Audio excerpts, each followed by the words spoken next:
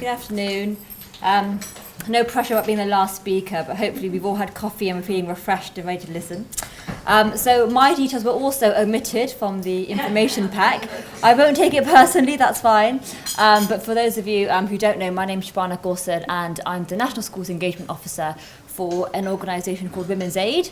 And for those of you who don't know what or who Women's Aid is, it is a national leading charity that tackles domestic violence and abuse. I'm going to be talking a little bit about the project which I'm relatively new in. It's been 3 months, I still feel new, called Safer Futures, which is about tackling domestic violence abuse in schools. But before I whiz through the Prezi PowerPoint, I just wanted to sort of spend a few minutes talking a little bit about the need for this work and why it's important to address domestic violence and abuse, healthy, unhealthy relationships in schools. So, let's move this, because the previous speaker was quite tall, I'll bring it down. So some of you might not know, but the actual highest rates of domestic violence and abuse are in young relationships. And because of this, the government actually recently reduced its definition of domestic abuse from 18 plus to 16 plus to try and reflect this. However, it's really important that we recognise that domestic violence abuse actually happens in much younger age groups as well. And too often we see this playing out in schools. This is especially true in light of recent evidence around some of the prevalence of sexism and domestic violence abuse in schools. A study found that at least 2,865 sex crimes reports had been recorded by police between 2011 and 2013, and more than 320 alleged rapes were reported in schools in the last 3 years alone. Just last year, there were at least 1,052 alleged sex offences reported in schools, of which 134 were reported as rape. So a real daunting, slightly depressing picture I'm sort of painting before the end of the conference, but I will promise to end on a more positive note.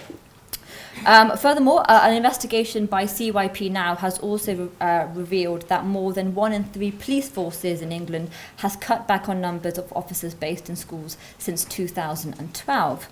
So schools are increasingly having to address a very serious issue that, to be honest, some are underprepared to actually deal with. So this is true when we consider the increasing influence of media and technology. Although it has many advantages, especially for young people, we know that media and technology has many harmful aspects that are negatively impacting on young people's relationships. So I like to still consider myself as a young person, but I think I've got to admit I'm not as down with the kids as I think I am. But my experience in school was very different to the way in which young people are experiencing their relationships in school at the minute. So when I was at school, you know, finding pornography, for example, was quite tricky. It wasn't as accessible as it is now. There was no such thing as sexting, which is when you can send sort of nude images of yourself, which are often circulated against the will of the victim in this case. I mean, we had Nokia 3210s, we couldn't even take pictures. And lastly, you know, I think it's fair to say that the media was not as saturated with the hypersexualization of young people as it currently is. And so because of this, the role of schools in equipping young people with an understanding of healthy relationships and in tackling sexism is increasingly being scrutinised. So no pressure to schools. But with the statistics that I mentioned earlier, I think we are all in agreement that it's always the tip of the iceberg. So what I wanted to do was just share with you a couple of comments directly from young people who were sharing their experiences of what it's like being in schools today. What I've got is a few quotes which I've taken from a website called the Everyday Sexism Project. For those of you who don't know, it's probably one of the best / depressing websites ever. It's quite depressing how many hours I spend looking at it. But it's really fascinating. Basically, Laura Bates, who writes for The Guardian quite regularly, she believes that actually it's really important we document sexism. Too often sexism takes place and women and men just ignore it because we're told that's what we've got to do. But actually she argues we've got to document it and give a voice to those who are experiencing sexual harassment. So this website, it's basically got lists and lists of people who are reporting their experiences of sexism. And when I went on there, I wasn't expecting to hear so many young voices as I did, especially young voices of pupils in schools. So this is what some of the comments were. So At my daughter's school focus day on safety, the girls were told by a male teacher to take care with what they wear, especially short skirts and revealing clothes, as he was worried that they may be inviting or it may be an invitation to be attacked or abducted. Another reads, when I was in year 8 and 9, I'm currently in year 10, there was one specific boy who used to slap my ass every day before lessons and during lessons. He would whisper in my ear what he wanted to do to me.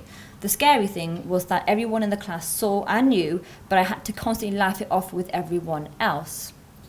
And then the third one I've decided to share is, when I was 13, I sat next to some boys in maths, and they spent the hour listing the girls that they decided to shave their private areas. And they were perving on them. When I responded in anger and disbelief, I was dismayed as being on her period and then probably hasn't started yet. I finally protested and moved to the other side of the room when the boys began watching and looking at pornography on one of their phones. So this is all happening within the classroom, under the eyes of the teachers. So hold on to that thought when I come back to the actual project I'm leading on. So it seems to me that the message we are sending young girls is that they are very much responsible for their own safety. And in a way, this shouldn't be overly shocking, because we find this message of victim blaming echoed throughout society. When we consider sexual assault and rape, for example, it is women who are told to watch what they drink, what they wear and where they go in order to prevent rape. So very much we see we're living in a society that tells women not to get raped, as opposed to telling men not to rape. So with sex and relationships education not compulsory on the national curriculum, children and young people learning about healthy, unhealthy relationships is very much a postcode lottery. Energy and funding seem to be focused on the sharper end of services, such as refuges, helpline, support groups for victims, all which are very vital, and I'm not saying stop that before anybody decides to do that in the cuts. That work needs to happen.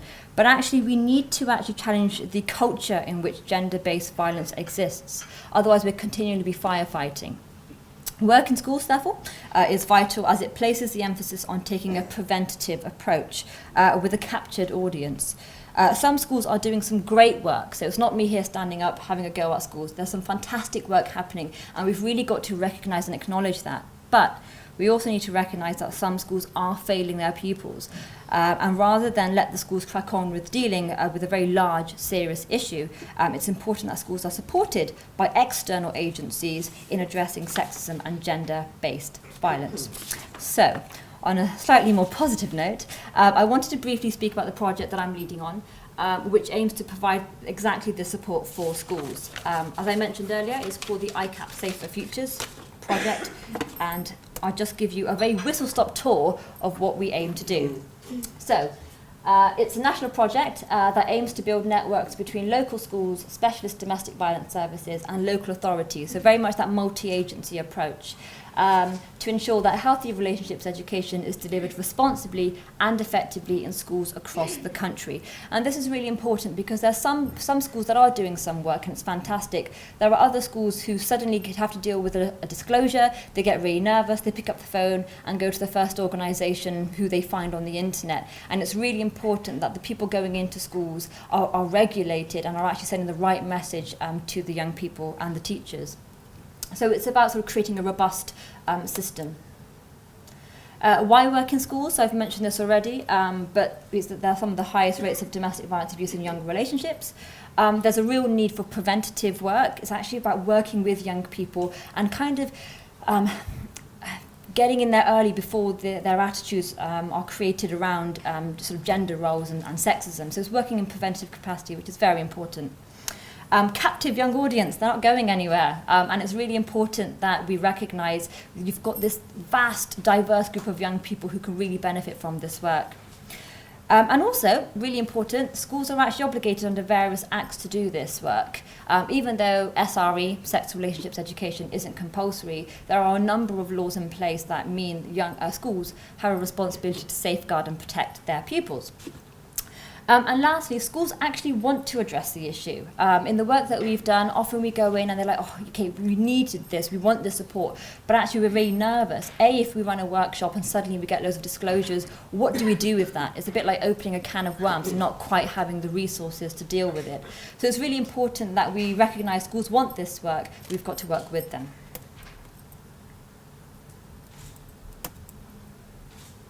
So this is the plan. ICAP Safer Futures aims to create a team of regional women's aid school advocates who will work with teachers in teaching sex and relationships education. So this will be a national team of women's aid school advocates who are going to go in and support teachers. It's not about going in, delivering a lesson and then leaving. It's about very much working with the school, with the teacher, and they're delivering that lesson together, because ultimately what we want to do is increase teachers' confidence to address this issue, not go in and do the work for them. There will be a roadshow of presentations and workshops in schools with Jermaine Douglas, highlighting the need to address domestic violence. There will be support for schools to engage with the local domestic violence and abuse services. So this is really important because there's some fantastic domestic abuse services nationally, but they don't have much access with their schools. So it's really important that we highlight to schools, actually, there's some fantastic things happening nearby. Tap into those support services. So when you get that disclosure, you know exactly what to do and who to call. Oh, it's a little bit off screen, but we're also looking to campaign and lobby to make sex and relationships education in schools compulsory, because this is absolutely vital. Those of us who work within the world of domestic violence and abuse, for us it's just common sense. It's about young people being equipped with the equipped with the tools to be able to make those informed choices about their healthy relationships. As my younger sister said, I learnt more about plant reproduction than I did about sex and relationships in human beings, and I think there's something in that actually. So, the role of the school advocates to support and work alongside schools. I've mentioned here the Expect Respect Toolkit. For those of you who don't know, it's recently got the PSHE Association Quality Mark. I thought I'll slip that in. It's a fantastic free resource which you can actually find on the Women's Aid website, and it's literally the most straightforward, easiest to use lesson plans from Key Stage 1 all the way up to Key Stage 5 in tackling and addressing these issues. So for those of you who have contact and networks and links with schools who want to do these lessons, please refer them on to the Expect Respect Toolkit. The schools advocates will be part of a national programme of work in schools, which is really important. So it goes back to what I said. There's some fantastic things happening, but others not so great. So what we want to do, which is leading on to the final point, is to actually benchmark ideas. Rather than recreate the wheel, it's about saying there's some fantastic things happening in Bristol. I'll say Bristol because that's where I'm from, but not so great in Y. Let's get them together and actually share ideas rather than recreate the wheel. And they will also be involved in the Safer Futures Conference in 2015. So the tour of schools, so myself and Jermaine Douglas, for those of you who don't know, and for my sins I don't know because I don't watch X Factor, Jermaine Douglas was a 2012 X Factor finalist, and his story was particularly powerful, the one which he shared on X Factor. He grew up in a very abusive household, but what's very powerful about his message is the importance he emphasised on actually getting support and sort of emphasising the light at the end of the tunnel. So he'll be sharing his message, which I think is really important. And we're also hoping it's going to be a bit of a carrot, in a way, for some of those schools who feel that they don't have an issue around domestic violence and abuse, which you'll find is very commonplace, especially more well-to-do schools who believe that domestic violence and abuse is a poor issue. So it's about really engaging with as many different schools as possible and using Jermaine Douglas willingly as bait, so to speak. So we'll be highlighting the prevalence and need to address domestic violence and abuse. He'll be sharing his personal experience, be building links between the schools and their local school advocates so that when we leave, the schools know exactly who to contact. And we'll be highlighting support services. I'll just whiz through the conference. So the conference, which will be taking place next year, a date hasn't yet been set, but I'm sure if you're interested in attending, you can come along. The aim is to bring together school advocates to share learning and suggestions for improving the project in the second year, to share work taking place across the country in tackling domestic violence, highlighting best practice, and more importantly, as I mentioned earlier, it's about having the young people's voices heard by key education professionals on the need to address domestic violence and abuse and to make sex relationships education compulsory. Campaign on lobbying, absolutely imperative. I think it goes back to the point that was raised earlier. I think what tends to happen with schools is we see them as a community within themselves, and it's really important to recognise that they are part of a much wider community, and so it's about campaigning and lobbying to ensure that schools recognise that they have a responsibility and duty to connect with the wider community and address sexism in their places, which should be safe for young people. So, I told you I was going to be very quick with this. So next step. So I'm in the process currently of recruiting and training national pool of women's aid school advocates. We had our meetings in Bristol and Plymouth last week, Reading next week, and London on the 4th of December, although I might have just made that up. So if you're interested, take my card. The aim is to support women's aid school advocates to get into schools. To scope the prevalence of preventative work taking place across the country, and to continue working with young people's advisory panel, so that's a group that's very much leading the work that we're doing, to raise awareness of the impact of domestic violence abuse on young people. So that's very much an overview of the project. I recognise I've just sort of chucked a lot of information your way, so I probably welcome any questions. But if you are interested in being involved in this project in whatever way, whether it's having a speaker come and present at an assembly, whether it's as being a school advocate yourself, then do get in touch, because this will only work if we take a multi-agency approach to it. Thank you.